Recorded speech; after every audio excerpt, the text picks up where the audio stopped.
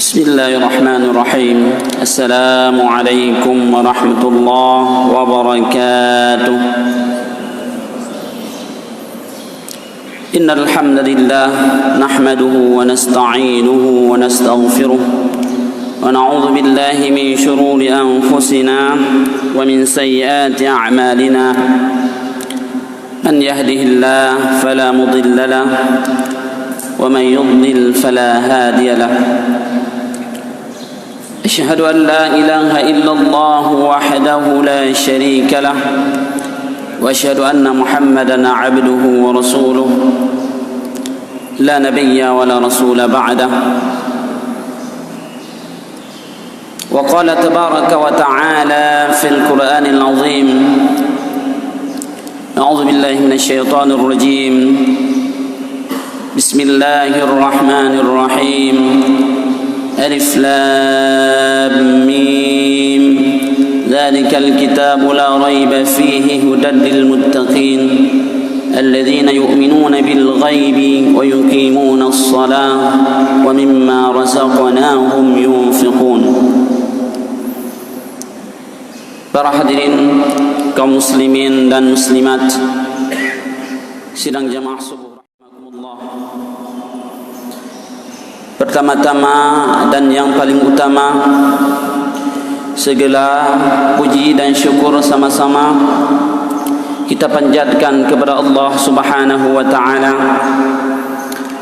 yang mana oleh Allah Subhanahu wa taala pada pagi yang berbahagia ini masih memanggil hati-hati kita untuk sama-sama kita langkah ke rumahnya di dalam rangka melaksanakan solat subuh berjamaah. Luar biasa pahala yang dijanjikan oleh Allah Subhanahu wa taala dan Rasulnya kepada kita yang melaksanakan solat subuh berjamaah. InsyaAllah di hari akhirat kelak Allah Subhanahu wa taala akan sempurnakan cahaya kepada kita, dan orang yang melaksanakan solat subuh berjamaah seperti disebutkan di dalam hadis, seakan-akan dia yakni pahalanya sama seperti melaksanakan solat sepanjang malam. Kemudian salawat dan salam sama-sama kita sampaikan kepada Rasulullah sallallahu alaihi wasallam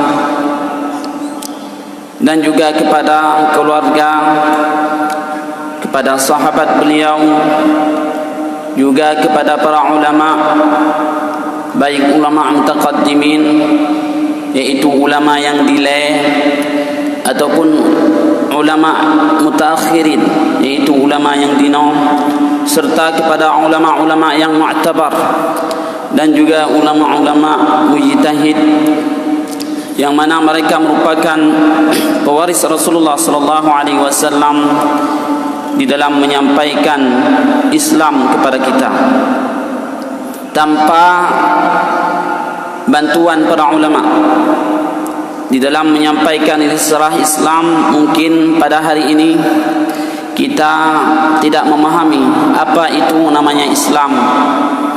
Dari zaman dulu mereka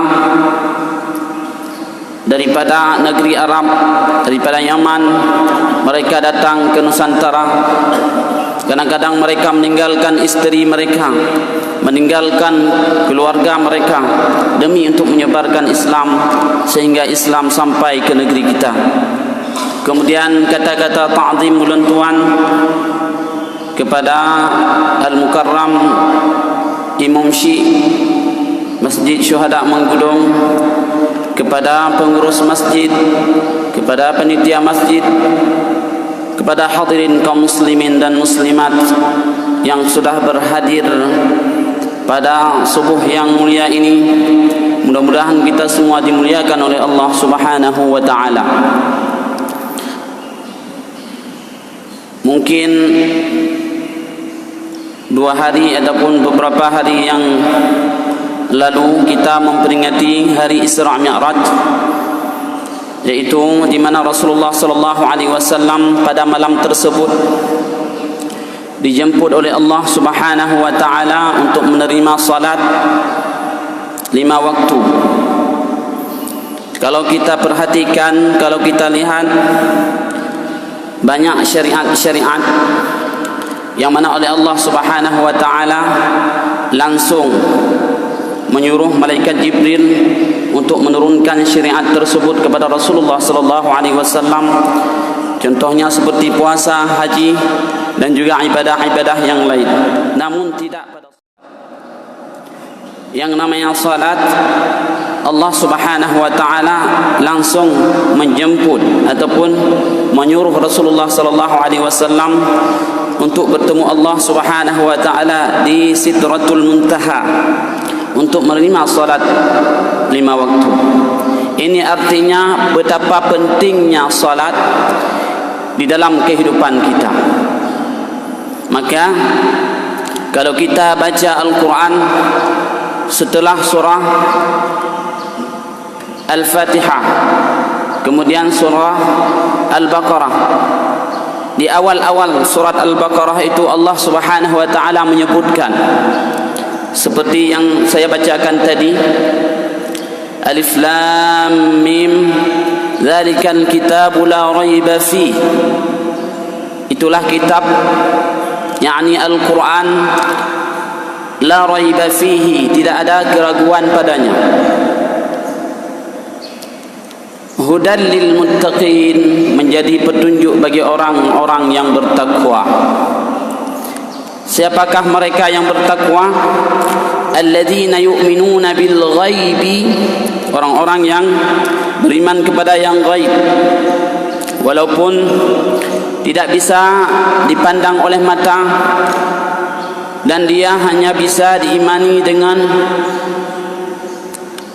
pendengaran, yaitu ketika mendengar daripada Rasulullah sallallahu alaihi wasallam kita beriman kepada yang gaib itu. Contohnya surga, tidak pernah kita melihat surga, dan juga kita tidak pernah melihat neraka. Namun ketika Rasulullah sallallahu alaihi wasallam menyampaikan kepada kita, kita langsung beriman.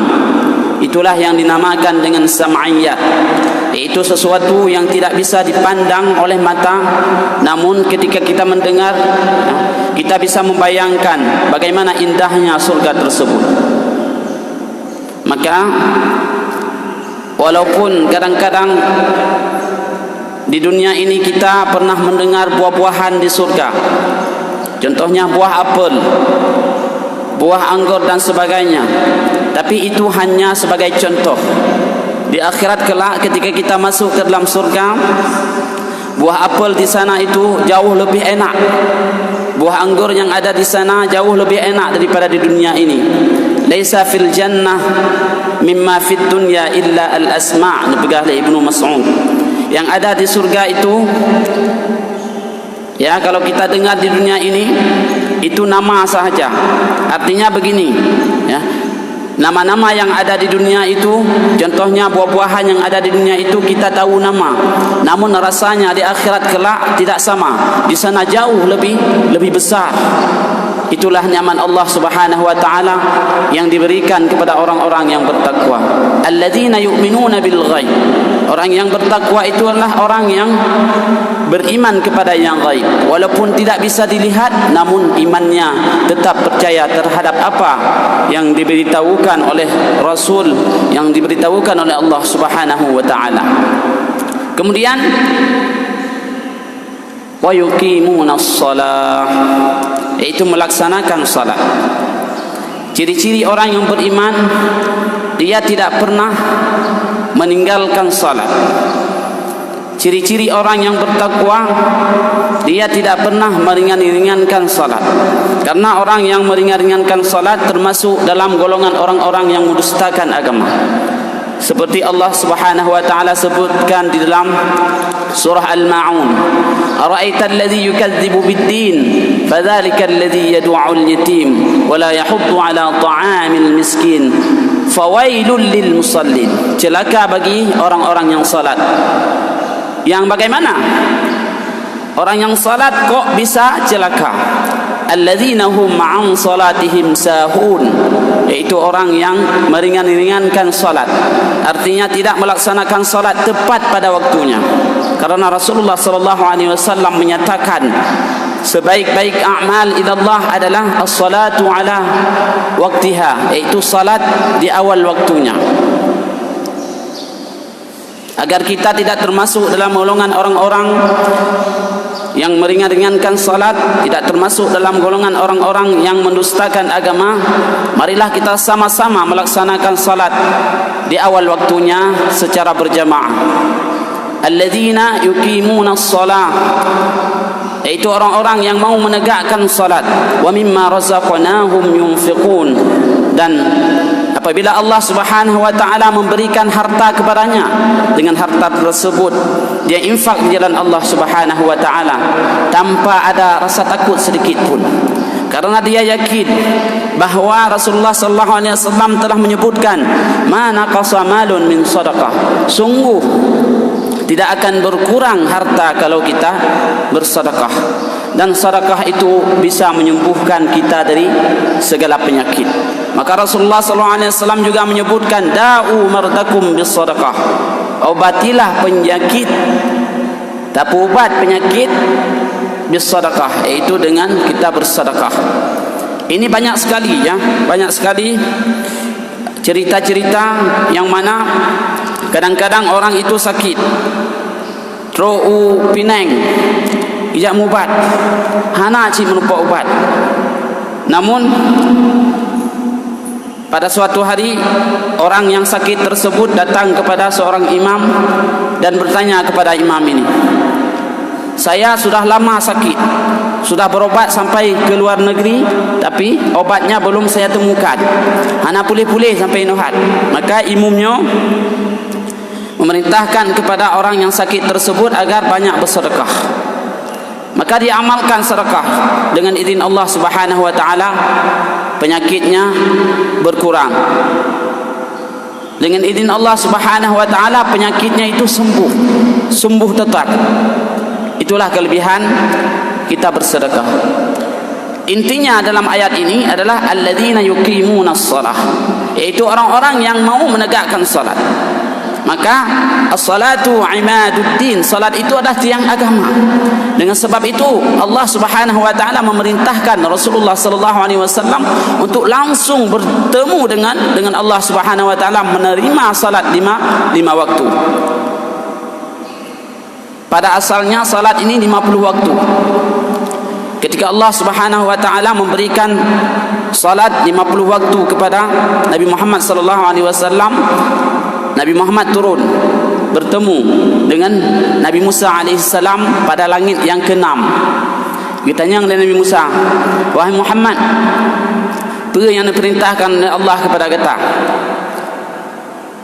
Rasulullah sallallahu alaihi wasallam menjawab, sesungguhnya Allah perintahkan kepada saya untuk melaksanakan salat 50 waktu. Karena Nabi Musa merupakan kalimullah, istilah ji orang yang le pegaba.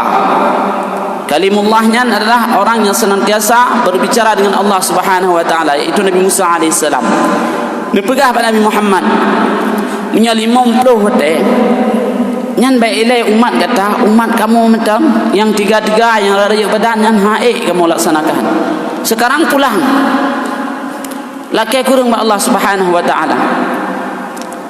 Ini seperti dalam sebuah riwayat ya. Akhirnya Rasulullah sallallahu alaihi wasallam ya minta kurang sama Allah Subhanahu wa taala, dan akhirnya diwajibkanlah salat 5 waktu, 5 dalam pelaksanaannya dan 50 pada pahalanya. Artinya apabila kita yang melaksanakan salat 5 waktu, pahala tetap seakan-akan kita melaksanakan salat 50 waktu. Kadang-kadang naurun tanyang ya, pakan han pre laju. Waktu itu Rasulullah sallallahu alaihi wasallam malu kepada Allah Subhanahu wa taala. Ya. Lebih kurang 9 kali Rasulullah sallallahu alaihi wasallam kembali kepada Allah Subhanahu wa taala untuk meminta kurang. Jadi sekurang-kurangnya jadi 45 dikurangi oleh Allah Subhanahu wa taala. Jadi 5 waktu itu itulah yang wajib kita laksanakan pada hari ini.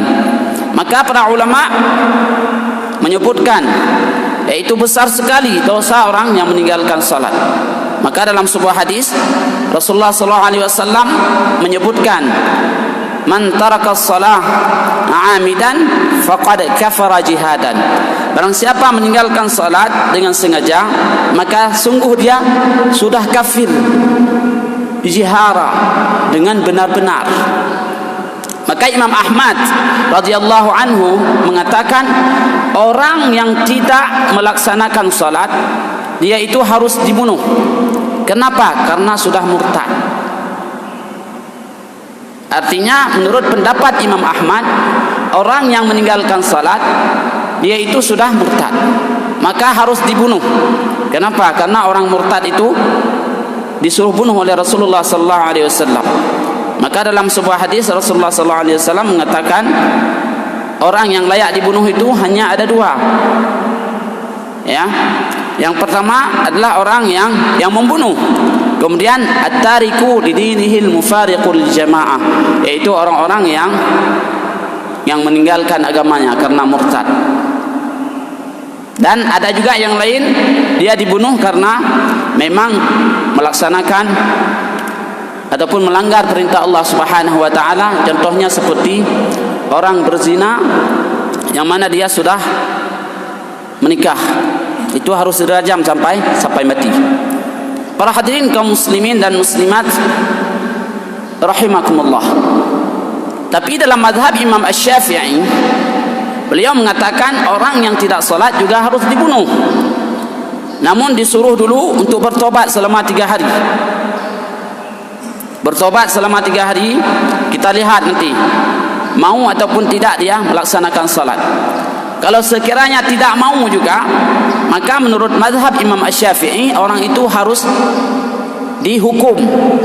Hukumannya adalah bunuh. Yang dibunuh ini bukan karena dia murtad, namun karena dia sudah melanggar perintah Allah Subhanahu wa taala dan dijatuhkan hukuman berupa had, istilahnya hudud, kepada orang yang tidak melaksanakan salat. Dan menurut pendapat Imam Abu Hanifah, orang yang tidak salat itu harus dipenjara. Tapi yang melaksanakan ini adalah al-imam, yaitu pemimpin, bukan kita. Tapi zaman sekarang ya, mungkin tidak ada lagi yang namanya pemimpin Islam ya. Mungkin di Aceh ini ada syariat Islam, mereka lah ya pihak yang berwajib, yang ada wewenang di bidang itu. Mereka yang melaksanakan had ini. Menurut pendapat Imam Abu Hanifah tadi, orang yang tidak mau melaksanakan salat, yaitu harus dikurung, dipenjara, sehingga dia mau melaksanakan salat. Ketika dilihat dia sudah mau melaksanakan salat, maka dilepas. Itu menurut pendapat Imam Abu Hanifah.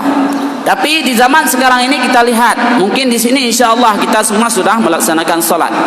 Kita lihat ya, banyak sekali kadang-kadang orang meninggalkan salat, namun dia mengira bahwa dia biasa-biasa saja, seakan-akan dia masih aman-aman saja, padahal dosanya itu luar biasa.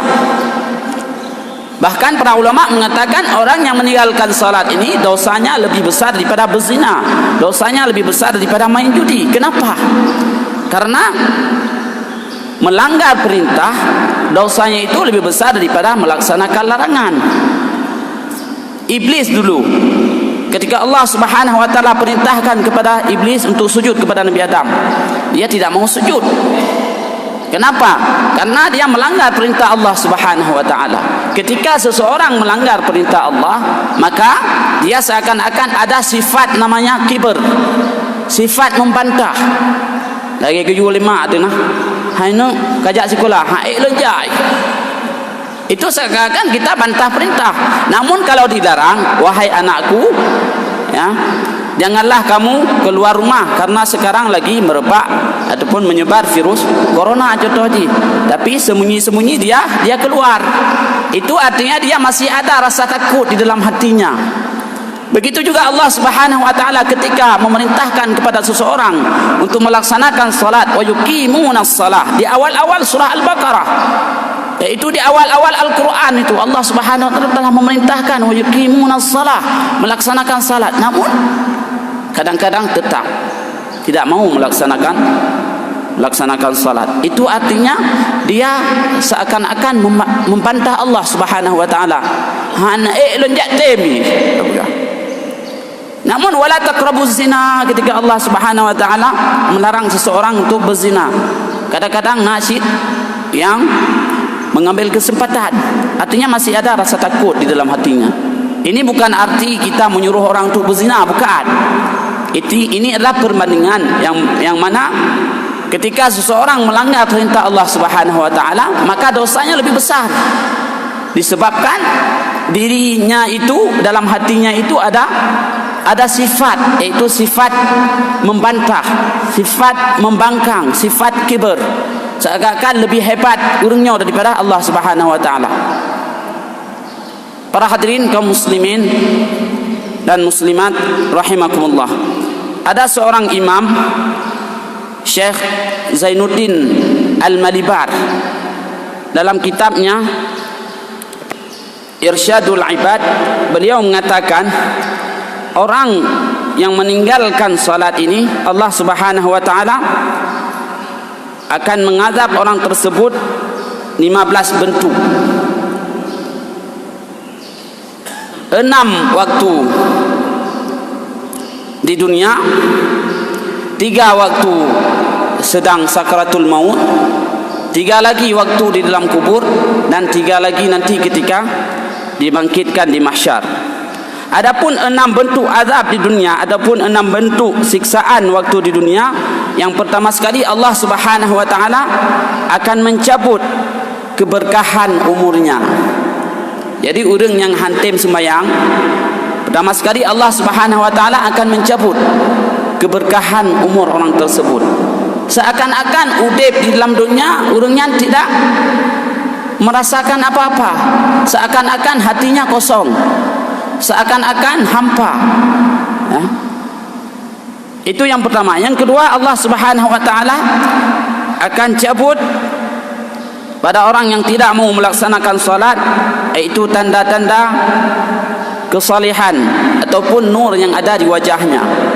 Kadang-kadang kita lihat ya, orang kadang-kadang ya, padahal sudah mandi, tak pakai baju lagak-lagak, tapi tak kalau muka mentang hitam, seakan-akan tak kalau rupa kenyanyan, ya tak kalau. Setelah kita selidiki, rupanya tidak pernah kena air wudu. Karena orang yang salat ini senantiasa bersuci, ya minimal 5 kali sehari dia bersuci. Dia membasuh mukanya, membasuh tangannya, ya, membasuh kakinya. Maka di situ secara tidak langsung dia sudah membersihkan dirinya. Maka di akhirat kelak orang-orang yang mau melaksanakan salat ini, muka mereka adalah bercahaya. Maka Rasulullah sallallahu alaihi wasallam ya menganjurkan kepada kita ketika kita berwudu, maka lebihkanlah pada anggota wudu. Contohnya kita mencuci tangan, ya, ghuran muhajjalina min asaril wudu, yaitu kita lebihkan sedikit, ya, anggota wudu ketika kita bersuci, lebihkan sedikit. Kenapa? Karena semuanya itu akan menjadi cahaya pada hari kiamat kelak. Ya, mungkin kalau kita tidak melebihkan cahaya, hanya sekedar anggota saja. Kalau kita lebihkan, mungkin ada nur yang lain yang Allah berikan kepada orang yang mau melaksanakan salat. Kemudian orang yang tidak melaksanakan salat, semua amal kebajikannya, semua amal baiknya tidak akan diberikan pahala oleh Allah Subhanahu wa taala. Jadi hati-hati. Kadang-kadang kita melihat ada orang dia luar biasa infaknya, luar biasa sedekahnya, namun tidak salat, itu semua tidak dikira oleh Allah Subhanahu wa taala, tidak diberikan pahala oleh Allah Subhanahu wa taala. Maka amal yang pertama sekali dihisab pada hari kiamat kelak adalah as-salah. Maka apabila salatnya benar, faqad aflaha, maka dia sungguh sudah menjadi orang-orang yang sukses. Dan apabila salatnya tidak benar, maka semua amalan yang lain itu akan ditolak oleh Allah Subhanahu wa taala. Maka orang yang tidak melaksanakan salat, semua amal kebajikannya, semua amal baiknya tidak diberikan pahala oleh Allah Subhanahu wa taala. Kemudian yang keempat, doanya tidak diterima oleh Allah Subhanahu wa taala. Bagaimana Allah Subhanahu wa taala menerima doanya sedangkan dia tidak pernah ingat Allah Subhanahu wa taala? Istilah katanya muratib. Wate gempa berdoa wate cirit, sembahyang hantep. Wate na gempa luar biasa. Tiga yang meratib daripada orang lain. Menaci wate sakit. Wate sakit nyan rumah bae berdoa ba Allah Subhanahu wa taala. Ingat, kalau tidak mau melaksanakan salat, doa kita tidak akan diterima oleh Allah Subhanahu wa taala. Karena kita tergolong dalam golongan orang-orang yang lalai. Kemudian orang-orang yang meninggalkan salat, dia tidak mendapat bahagian doa ataupun manfaat daripada doa-doa orang yang soleh. Orang yang soleh ini, ciri-ciri orang yang soleh senantiasa mendoakan saudaranya. Maka bapak-bapak, ibu-ibu, waktu salat malam, jangan lupa kita doakan kepada saudara-saudara kita yang mungkin saudara-saudara kita ini belum dapat hidayah. Baik pegah-pegah nah, istilah di kadang-kadang dia yang menongok nyana saudara kita nyo kadang-kadang di samping rumah hana sembahyang lom dia gaduh pegah-pegah. Ya tungkunya hana beres saganya. Baik ile masjid munasahan tahun deui. Hana dong pernah sembahyang. Kapan? Pernah enggak kita berdoa kepada orang tersebut agar Allah Subhanahu wa taala memberikan hidayah kepadanya? Mendoakan saudara kita agar menjadi orang yang saleh, itu adalah sunnah Rasulullah sallallahu alaihi wasallam. Rasulullah pernah mendoakan kepada dua orang Umar, yaitu Sayyidina Umar dan Abu Jahal. Waktu itu didoakan oleh Rasulullah sallallahu alaihi wasallam agar salah satu di antara mereka berdua ini mendapat hidayah. Maka Allah Subhanahu wa taala memilih Sayyidina Umar dapat hidayah. Maka salah satu ciri-ciri orang yang soleh tadi senantiasa mendoakan saudaranya. Walaupun kadang-kadang orang tersebut belum dapat hidayah, kita doakan, ya Allah, Nabi urang di samping rumah lonyan mujud kurang yang gad. Mujud kurang yang jauh, baik ibu belum narkoba le, baik main judi dan sebagainya. Kita doakan kepada orang tersebut. Kita bukan membenci orang tersebut. Kadang-kadang yang kita lihat pada hari ini, kita membenci, ya. Nyan wate du ba balai jaga ada pun du ba orang kopi pegah alam kurungan, ya. Namun kita tidak pernah mengajak orang tersebut. Kadang-kadang musallim hanya pernah tabi kepada orang tersebut. Jadi orang-orang yang tidak melaksanakan salat, maka dia tidak mendapatkan manfaat apa-apa daripada doa orang-orang yang soleh. Ciri-ciri orang yang soleh ini adalah orang yang senantiasa mendoakan saudaranya yang dilanda musibah, ya. Contohnya pada hari ini kita lihat, ya, virus sudah menyebar di mana-mana, ya. Corona menyebar di mana-mana. Kita berdoa kepada Allah Subhanahu wa taala. Karena doa ini menjadi senjata bagi kita, dan la yaruddul qadaru illa doa. Tidak bisa mengubah takdir itu kecuali dengan doa. Artinya dengan kita berdoa kepada Allah Subhanahu wa taala, Allah akan melindungi kita, Allah akan menjaga kita, dan Allah Subhanahu wa taala akan menghindari kita dari bermacam penyakit dan wabak, insyaallah. Kemudian orang-orang yang tidak salat, ya, siksaannya di dunia orang-orang akan benci kepadanya. Jadi kadang-kadang katanya baik tersalah kau. Wate undang ja rumah na walimah kadang-kadang ataupun na acara-acara yang lain, kadang-kadang undang urang hanaja. Baik tersalah kau. Tatanya mbak doa tu. Kadang-kadang urang ka benci katanya. Ketika undang sudah tentu dia tidak mau datang. Sebab apa orang benci kepada kita? Mungkin, ya, banyak salat yang masih bolos, banyak salat yang hana bereh lom, ataupun kita sudah melaksanakan salat namun salat kita belum benar. Maka ada orang bertanya kepada ustaz, nak sirau urang semayang hana pre tu ma unungnya buat lagi biasa. Yang maksiat tidak bisa ditinggalkan, ya. Pegah gegap, ditiuro, mengumpat, memfitnah dan sebagainya, ya. Bukankah Allah Subhanahu wa taala mengatakan inna salata tanha 'anil fahsya'i wal munkar? bukankah salat itu mencegah daripada perbuatan keji dan mungkar? Ustaz ini menjawab, ya benar. Salat itu bisa mencegah daripada perbuatan keji dan mungkar. Mungkin dia laksanakan salatnya itu belum benar. Banyak sekali ya, banyak sekali kita lihat pada hari ini kadang-kadang ya, salatnya seperti biasa, luar biasa ya, tahajudnya juga ya, namun mulutnya tidak bisa dijaga, masih ya berbicara kepada orang lain. Itu besar kemungkinan salat yang dia laksanakan itu tidak benar, ataupun masih ada dalam hatinya itu sifat yang namanya riya dan sebagainya. Maka para ulama mengatakan hati-hati dengan hati-hati dengan sifat riya dan sebagainya. Karena riya itu dia ibarat sumut yang hitam berada di atas batu yang hitam di tengah malam gelap gulita. Jadi hana dijagalan halo saji. Kadang-kadang di situ ya, di situ syaitan masuk. Maka hati-hati. Contohnya kita mau salat jamaah, dari rumah tadi kita sudah perbaiki niat kita. Kita perbaiki niat kita agar ini benar-benar karena Allah Subhanahu wa taala, bukan karena yang lainnya. Bukan karena tidak enak dilihat oleh orang kampung. Apalagi kalau itu baru contoh ji, baru kita mau lang kampungnya. Ada di kampung ana pernah sembahyang ji. Wate pun kawin, wate ja u kampung gok mungkin jadi itu baru karajin sembahyang. Itu roja masjid. Nyata kalan. Mungkin seminggu 2 minggu. Minggu ketiga kita lihat, kalau tidak ada lagi mungkin selama ini dia rekayasa. Ya, mungkin nak dikala orang kampung, nak mengat orang kampung, nak sembahyang masjid dan sebagainya. Itu perbaiki niat, perbaiki niat kita, karena masalahnya itu di niat. Di niat ada masalah. Maka para ulama mengatakan, ya, hati-hati dengan riya. Karena riya itu luar biasa. Dia masuk dari semua penjuru. Dari semua penjuru.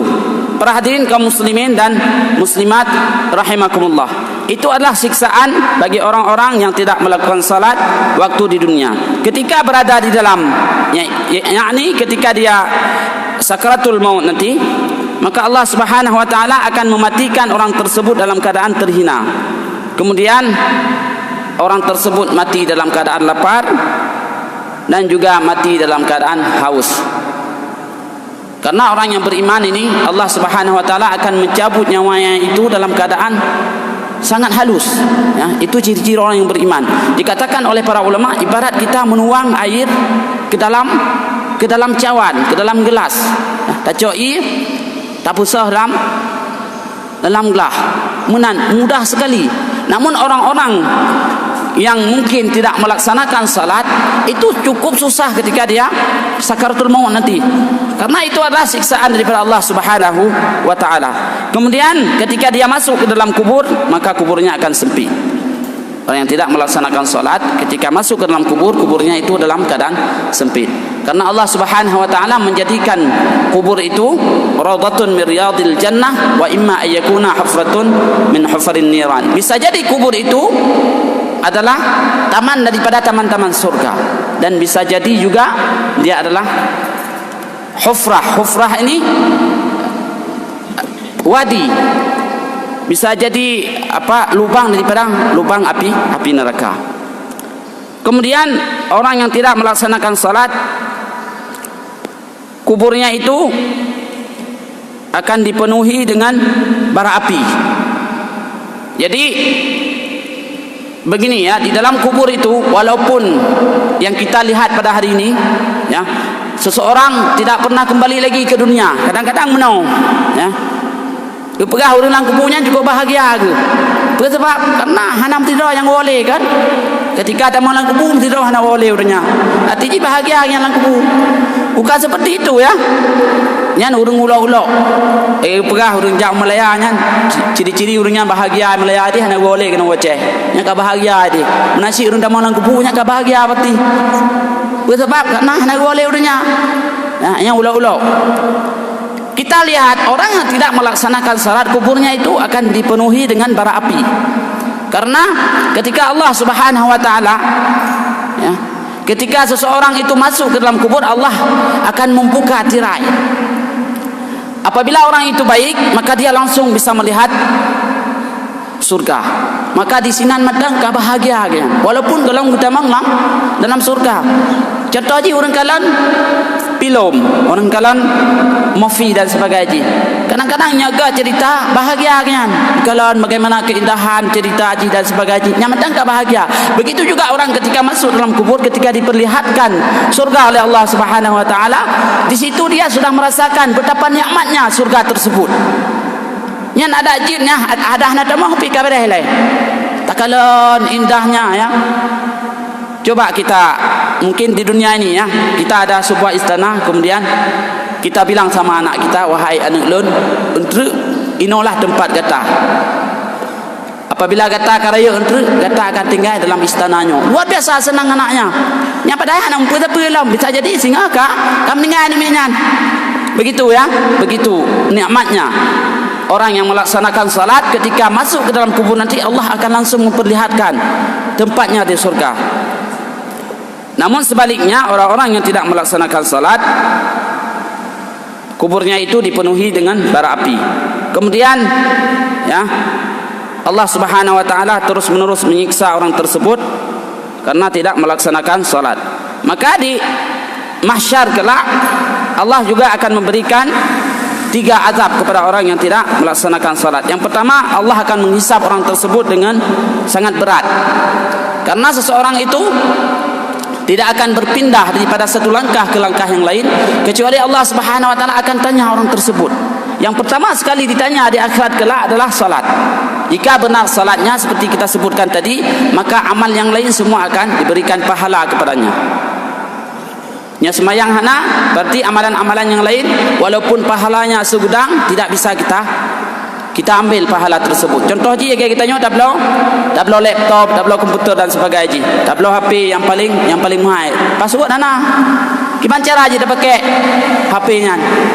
Itulah salat itu merupakan password untuk diterimanya amal oleh Allah Subhanahu Wa Taala. Apabila salat ini sudah benar, salat ini sudah diterima oleh Allah Subhanahu Wa Taala, ya, maka amal-amal yang lain juga akan diterima oleh Allah Subhanahu Wa Taala.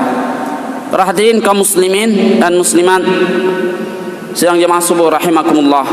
Kemudian orang tersebut akan dibenci oleh Allah dan akhirnya akan dimasukkan ke dalam neraka. Semua amal yang ada di dunia kalau dia tidak melaksanakan salat semua akan sia-sia nanti. Na'udzubillah, kalau kita mengambil pendapat Imam Ahmad, maka kemungkinan besar orang tersebut akan dimasukkan ke neraka oleh Allah Subhanahu Wa Taala khalidina fiha karena murtad. Kalau menurut pandangan Imam Ahmad, orang tersebut sudah keluar daripada Islam. Kalau sudah keluar daripada Islam, tidak ada jaminan dia akan dikeluarkan daripada neraka. Kalau orang yang berdosa, ya, menurut i'tikad Ahlussunnah wal Jamaah, Allah panggang dalam neraka, Allah masukkan ke dalam neraka nilai dehnya apabila dosa kabeh utama dalam surga. Para hadirin kaum muslimin sedang jemaah subuh rahimakumullah, mudah-mudahan kita semua termasuk dalam golongan hamba-hamba Allah yang mau melaksanakan salat, dan salat yang paling sempurna itu adalah salat berjamaah. Jadi mari sama-sama kita isi masjid-masjid kita ini dengan salat berjamaah. Terutama sekarang ini kita sedang dihebohkan dengan virus, dengan sebuah wabak.